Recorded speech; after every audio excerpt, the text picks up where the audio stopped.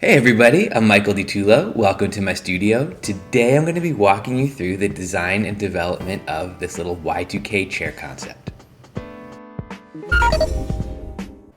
Like everything for me, it always begins with a sketch.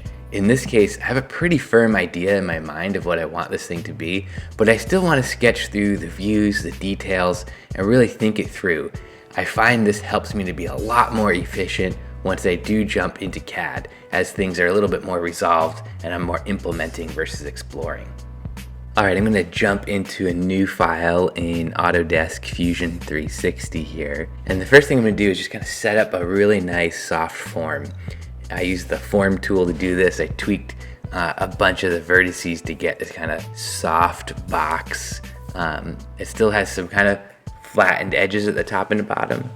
Then I'm going to duplicate that so I kind of have two boxes, one that's fabric and one that is this painted plastic finish. And the reason why I'm going to have two of these is I'm going to shell both of them with different thicknesses, and then I've made this sketch here. You'll see that basically represents what I'm going to cut out of this box. So it's kind of the rough shape of the seat of the chair. So I'm going to set this sketch to extrude symmetrically in both directions. And there you can see I've got the rough shape of the chair already. Always kind of referencing that sketch as I kind of go back and forth and tweak the shape. I can go back in the timeline and tweak the form tool, which I did a bunch of times to get this shape. Now I've radiused those sharp corners to get kind of a nice soft shell, very kind of eamsy right now, which is really nice and soft. And then I've put two G1 radii on the edges of the molded components. I made those radii G1 intentionally because I kind of want them to catch the light when I render it. Now I'm going to add a really soft G2 radius to that inner surface of the cushion to simulate how kind of nice and soft that would be. And so the way the light will kind of glide off of it really nicely. You see we've come a long way already just getting that set up. Next, I'm going to make an ovular sketch off to the side here. This ovular sketch is going to turn into the singular kind of leg post of this design. And so what I'm going to do with this ovular sketch is I'm going to extrude it upward, but notice how there's kind of a slight taper to it. Because in my sketch it tapers a little bit, so I'm going to use this as my leg with this kind of tapered draft on it. Next, I'm going to move it into position. So you notice I've moved it and I've angled it a little bit, and I've overbuilt it, so it's sticking up through the center of my chair right now. But that's okay because I'm going to make another sketch to trim that. So what I'm going to do is I'm going to go and make a sketch based on the projection of the seat pan. You can see it there. And then I'll use that to extrude in both directions again to trim the actual post down. So now I'll have kind of a nice clean meet between the seat and the post. Now that extrude went straight, and the actual bottom of the seat has very slight curvature to it there, but you won't really notice it. And this is kind of a sketch model, so I don't need it to be 100% perfect. I just need it to look good enough for the render in this case. All right, so the next thing I'm going to do, obviously my post is coming down, it's ending at an angle, so I need to make another sketch so I can trim that bottom of that post down so it's flat.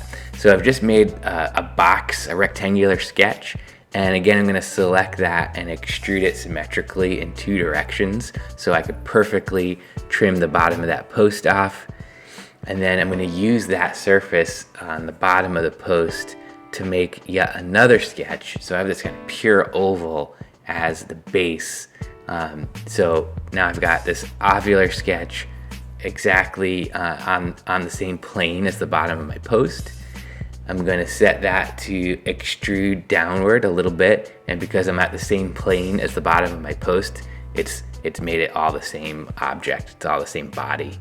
So I've got a nice surface there where I can do this really nice radius.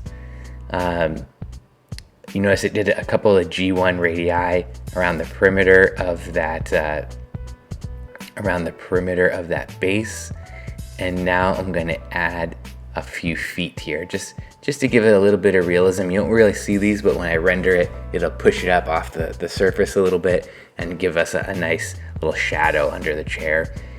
So I made one cylinder and then mirrored it in both directions.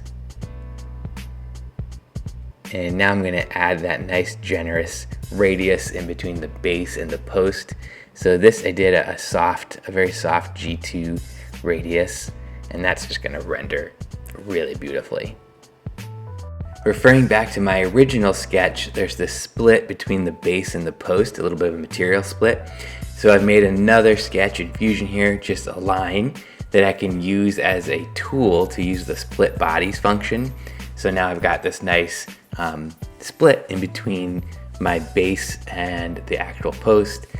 I've added a couple of G1 radii there again, so the light will kind of pick up on that material split when I bring it over to a rendering. Little details like that go a long way. You can see I added a little G1 radius at the top of the post as well. And just the way the kind of light refracts between materials, you don't want everything to be too flush or very kind of line on line. It makes it look a little fake. So just adding these little material thicknesses really help. All right, the last thing I'm gonna do here is add that hole in the back. So again, I've made a new sketch and I use the spline tool to make this really kind of soft, somewhat ovoid shape, and then just use the line to enclose it in. Again, I'm gonna use the extrude tool to symmetrically extrude in both directions, and then bam, look at that. Now, in reality, I tweaked that sketch a bunch of times and tried it out so I could get the exact shape that I wanted. But you can see how beautiful, if you set your forms up right, how beautiful that extruded cut becomes. Again, I'm gonna add G1 radii on that plastic formed part there to pick up the light. Another G1 radius on the inside of the cushion that's a little bit bigger. And then a really soft G2 radius on the outer surface of that cushion, so it just feels like a stretch material has been stretched over a foam cushion. Gives you a little bit of realism there.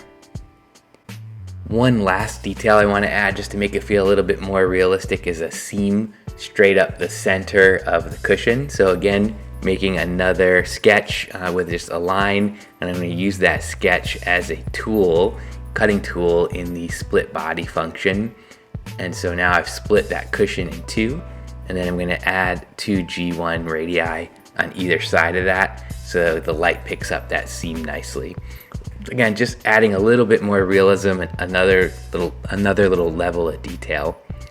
And there you have it. I mean, this whole process, including the original sketch, was maybe an hour and a half, 2 hours, to go from kind of rough idea to a pretty nice little CAD model. It's not perfect, but it's a good sketch model, good enough to do some initial renders to take a look at it.